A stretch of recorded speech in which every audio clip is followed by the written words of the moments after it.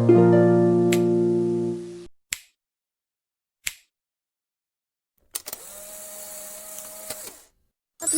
apa kabar? Hari ini kita akan mempelajari tema 1, indahnya kebersamaan, subtema 1, pembelajaran 1.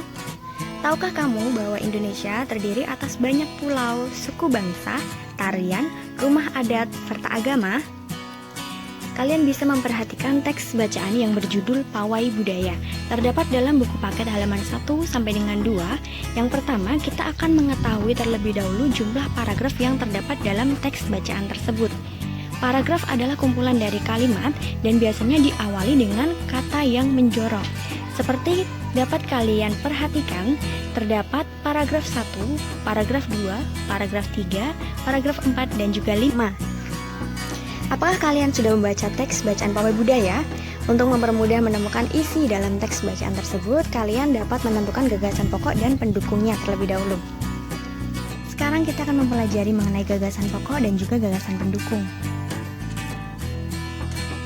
Gagasan pokok adalah ide utama yang dibahas dalam suatu bacaan, sedangkan gagasan pendukung adalah uraian atau tambahan informasi untuk menjelaskan gagasan pokok. Biasanya gagasan pokok terdapat di awal paragraf, di akhir paragraf, atau campuran di awal dan di akhir paragraf. Langkah menentukannya, yang pertama membaca paragraf dengan seksama, kedua memperhatikan kalimat pertama dan terakhir di setiap paragraf, yang ketiga menentukan kalimat utama, dan selanjutnya menentukan gagasan pokok. Sebagai contoh, kita akan menggunakan paragraf 1. Jadi, dalam paragraf 1 sudah dibagi menjadi 6 kalimat. Kalian harus membaca dengan seksama terlebih dahulu sampai kalian menemukan gagasan utama atau gagasan pokok yang terdapat dalam kalimat tersebut. Pada paragraf 1, gagasan utama terdapat pada kalimat pertama, yaitu Pawai Budaya sangat menarik bagi warga Kampung Babakan. Selanjutnya kalimat pendukung terdapat pada kalimat 2 sampai dengan 6, sehingga kalian hanya perlu memindahkan kalimat-kalimat tersebut ke bagian gagasan pendukung.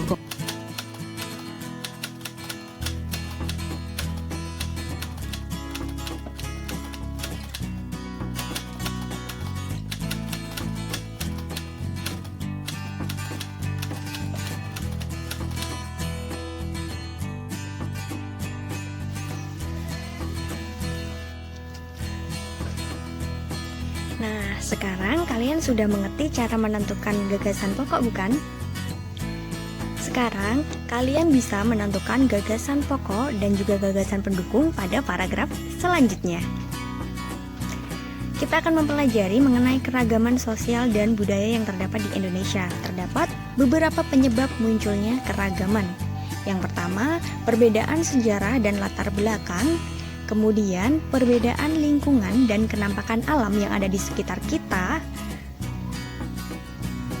perbedaan kepercayaan dan adat istiadat termasuk ke dalam agama, keterkaitan setiap suku pada lingkungan tempat tinggalnya. Beberapa perilaku yang mewujudkan sikap menghargai keragaman. Yang pertama, mempelajari tarian dari daerah lain, kemudian menghormati suku lain, tidak membedakan asal suku teman, mempelajari budaya suku bangsa atau daerah lain, dan yang terakhir melaksanakan adat istiadat yang berlaku di lingkungan tempat tinggal kita. Ternyata berperilaku menghargai keragaman itu juga memiliki manfaat loh.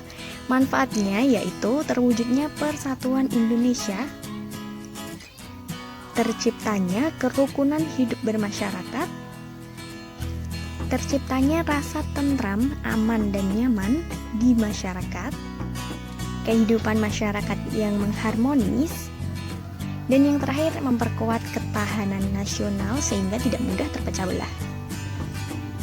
Selain kaya akan budaya tarian dan makanan khas, daerah Indonesia juga kaya akan jenis alat musik tradisional seperti gambar di bawah ini. Berbagai alat musik menghasilkan bunyi yang berbeda-beda. Tahukah kalian apa yang dimaksud dengan bunyi? Bunyi adalah hasil getaran suatu benda yang merambat dalam bentuk gelombang, sama seperti ketika angklung digoyangkan akan memunculkan bunyi karena ada perambatan dalam bentuk gelombang. Bunyi dari alat musik dihasilkan dengan cara yang berbeda-beda, seperti Angklung dari Jawa Barat dibunyikan dengan cara digoyangkan. Kemudian kecapi dari Sulawesi Barat dimainkan dengan cara dipetik. Tifa dari Papua dan Maluku dibunyikan dengan cara dipukul. Saluang dari Sumatera Barat dibunyikan dengan cara ditiup. Kemudian kendang dari Pulau Jawa dibunyikan dengan cara dipukul.